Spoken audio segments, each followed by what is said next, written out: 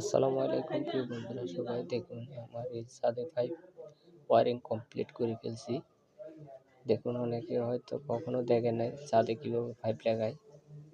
এই এই যে দেখুন, পাইপগুলি একদম সোজা বরাবর দিতে হবে, না হলে কোনো জায়গায় সমস্যা হলে কিন্তু এগুলো বাইর করা অনেক সমস্যা হয়ে যায়। এর জন্য এগুলোকে ভালো করে বাঁধ দিতে হয়, আর এই বক্সের জায়গাগুলি ভালো করে ট্যাপিং করে না দিলে ঢাকনাগুলি খুলে যায় অনেক সময়।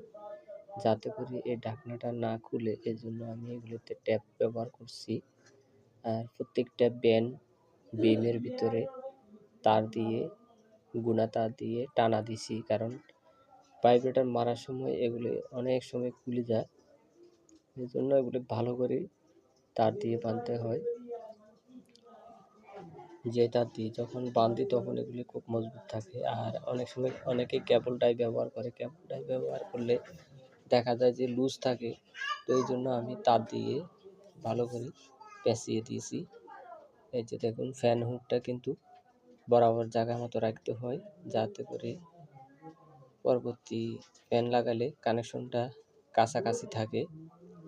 এই জন্য ফ্যান হুকটা একদম কাছাকাছি দিতে হয়।